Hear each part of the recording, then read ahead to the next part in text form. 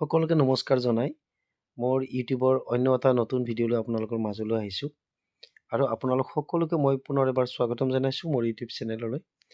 মই এই কেইদিন ভিডিঅ' দিব পৰা নাছিলোঁ বিশেষ অসুবিধাৰ কাৰণে, আৰু মই আজি এই যিটো ভিডিঅ' লৈ আহিছোঁ এই ভিডিঅ'টো আগৰ ভিডিঅ'ৰ লগত সংগতি থকা ভিডিঅ'য়ে, কাৰণ মই কিছুদিন আগতে এটা ভিডিঅ' বনাইছিলোঁ যে সুপ্ৰিম কোৰ্টে মানে কি ৰায় দিয়ে তাৰ ওপৰত, যে যিসকল অলৰেডি কৰ্মৰত শিক্ষক শিক্ষয়িত্ৰী আছে, যিসকলৰ টেট নাই, তেখেতসকলে মানে অতি সোনকালে টেটটো উত্তীৰ্ণ হ'ব লাগিব বুলি এটা বিজ্ঞপ্তি প্ৰকাশ পাইছিলে চৰকাৰৰ ফালৰ পৰা। তেনেকুৱা ধৰণৰ এটা অৰ্ডাৰ ওলাইছিলে, আৰু এই অৰ্ডাৰৰ এগেইনষ্টে শিক্ষক গোটৰ পৰা আদালতত দ্বাৰস্থ হোৱা গৈছিলে।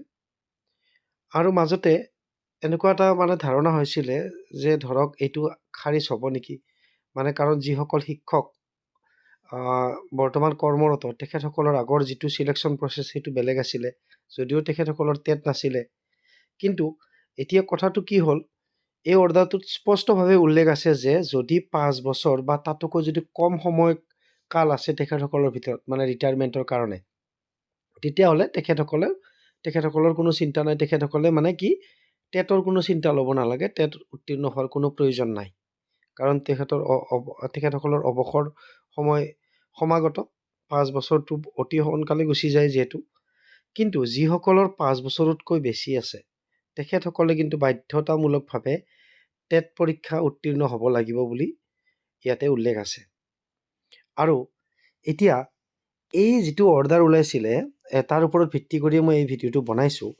এতিয়া বিভিন্ন সামাজিক মাধ্যমত শ্বেয়াৰ হৈ আছে যে যোৱা সোমবাৰে এটা শুনানি গ'ল সুপ্ৰিম কোৰ্টত, আৰু তাতে কৈছে যে টেট উত্তীৰ্ণ নোহোৱা শিক্ষকে অৱসৰ বা পদত্যাগ কৰিব লাগিব। মানে ইয়াৰ দ্বাৰা কি ইংগিত পাইছে আপোনালোকে? ইয়াৰ দ্বাৰা এইটোৱে ইংগিত পোৱা যায় যে আগৰ যিটো অৰ্ডাৰ আছিলে সেই অৰ্ডাৰটোৱে বাহাল আছে, আৰু সেই অৰ্ডাৰটো বাহাল ৰখাৰ কাৰণেই মানে সুপ্ৰিম কোৰ্টে এটা মানে তেখেতসকলৰ ইচ্ছা প্ৰকাশ কৰা যেন লাগিছে সুপ্ৰিম কোৰ্টৰ ফালৰ পৰা।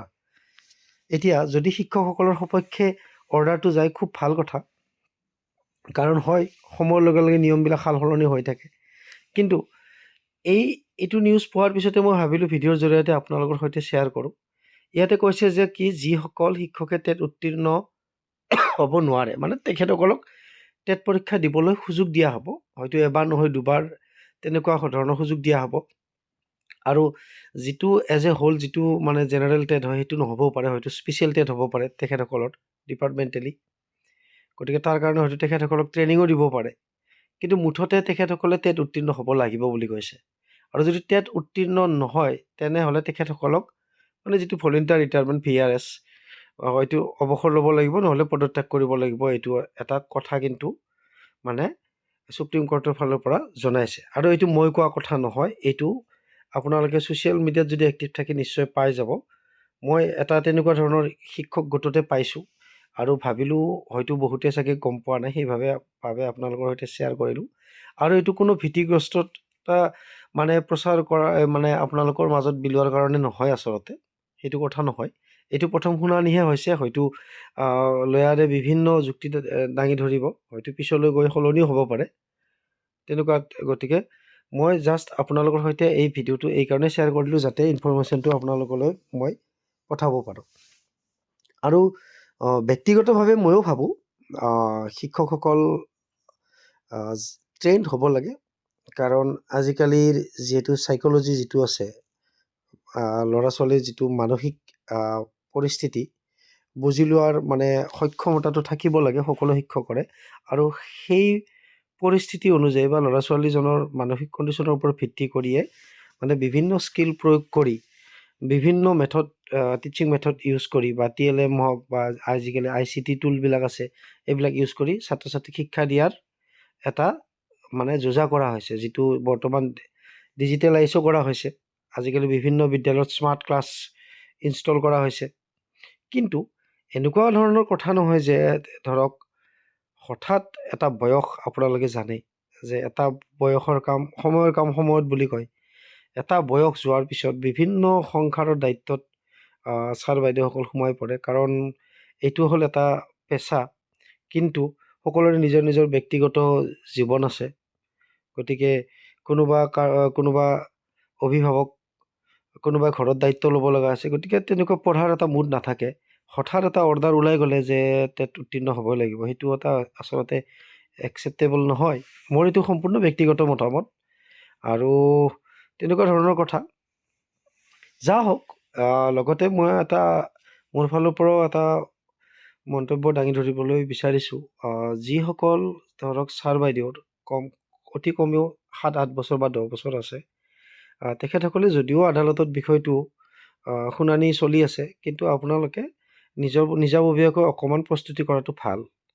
কাৰণ আজিকালি বিভিন্ন ধৰণৰ কিতাপ ওলাইছে, টেটৰ লগত জড়িত, বা ভাল ইউটিউব চেনেল এটা ছাবস্ক্ৰাইব ল'লেও বিভিন্ন ধৰণৰ আপোনালোকে পেডাগজিৰ হওক বা এইখিনি পায়। আপোনালোকে শিক্ষক মানুহ যিহেতু শিক্ষাৰ লগত জড়িতই, গতিকে নতুনকৈ কোৱাৰ প্ৰয়োজন নাই। গতিকে অকণমান কিছু প্ৰিপাৰেশ্যন কৰি থকাটো ভাল। কাৰণ কিয়, আপোনালোকে ভাবক, এই একেই নিয়ম বুলি ক'লেও ভুল নহ'ব, এনেকুৱা ধৰণৰ নিয়ম এটাই প্ৰযোজ্য হৈছে টিউটৰসকলৰ ক্ষেত্ৰত। যি কেইখন ভেঞ্চাৰ স্কুল ল'লে, বা অকল বিদ্যালয় বুলি নহয়, মহাবিদ্যালয় ল'লে, শিক্ষকসকলক, বিশেষকৈ মই স্কুলৰ কথাই ক'ব পাৰোঁ, শিক্ষকসকলক যিহেতু DLED বা BEd নোহোৱাৰ কাৰণে মানে ফুল ফেজেড টিচাৰৰ মৰ্যাদাটো প্ৰদান কৰা নাই বিভাগীয় কৰ্তৃপক্ষই। এতিয়া তেখেতসকলক মানে কোনো তেনেকুৱা ধৰণৰ সময়সীমা নহয়। তেখেতসকলে যদি ক্ৰমান্বয়ে যদি তেখেতসকলে উত্তীৰ্ণ হৈ গৈ থাকে বা অৰ্হতাটো লাভ কৰে শিক্ষাগত, DLED বা BEd, LPMEৰ ক্ষেত্ৰত DLED হ'লেও হ'ব, আৰু হাইস্কুল হায়াৰ ছেকেণ্ডেৰীৰ ক্ষেত্ৰত BEd লাগিব, তেতিয়া তেখেতসকলে ফুল ফেজেড শিক্ষকলৈ উন্নীত হ'ব পাৰে। আৰু ফুল ফেজেড বুলি কওঁতে আপোনালোকে গম পাইছে, ইয়াতে চেলাৰীৰ কথাটো ডাইৰেক্টলি মানে ইনভলভ হৈ থাকে। পে স্কেলটো তেখেতসকলে তেতিয়াহ'লে বাঢ়ি যাব। এতিয়া এটা ফিক্স পেড তেখেতসকলে পাই আছে, ঠিক তেনেকুৱা ধৰণৰ কথা। আৰু সেইকাৰণে মই ভাবিলোঁ ভিডিঅ'টো বনালোঁ, আৰু নিগেটিভ চেন্সত নলয়। যদি আপোনালোকৰ বয়স আছে, বহুত বছৰ চাকৰি আছে, আপোনালোকে এইটো বিষয় যি শুনানি হৈ থাকক, নিজাববীয়াকৈ প্ৰিপাৰেশ্যন ষ্টাৰ্ট কৰি দিয়াটোৱেই ভাল। আৰু বিশেষ একো নাই, মোৰ ভিডিঅ'টোত আজি এইখিনিয়ে জনালোঁ, আৰু আপোনালোকৰ বহুমূলীয়া মতামতসমূহ কমেণ্ট ছেকশ্যনত আগবঢ়াব বুলি আশা থাকিলে। আৰু যদি মই কিবা ভুলকৈ মানে এক্সপ্লেনেশ্যন কৰিছোঁ, মোক ক্ষমা কৰি দিব, আৰু কাৰোবাৰ মনত যদি আঘাত দিছোঁ, মই তাৰ কাৰণে ক্ষমা প্ৰাৰ্থী। পুনৰ এবাৰ আপোনালোক সকলোকে মই ধন্যবাদ জনাইছোঁ ভিডিঅ'টো শেষলৈকে চোৱাৰ বাবে।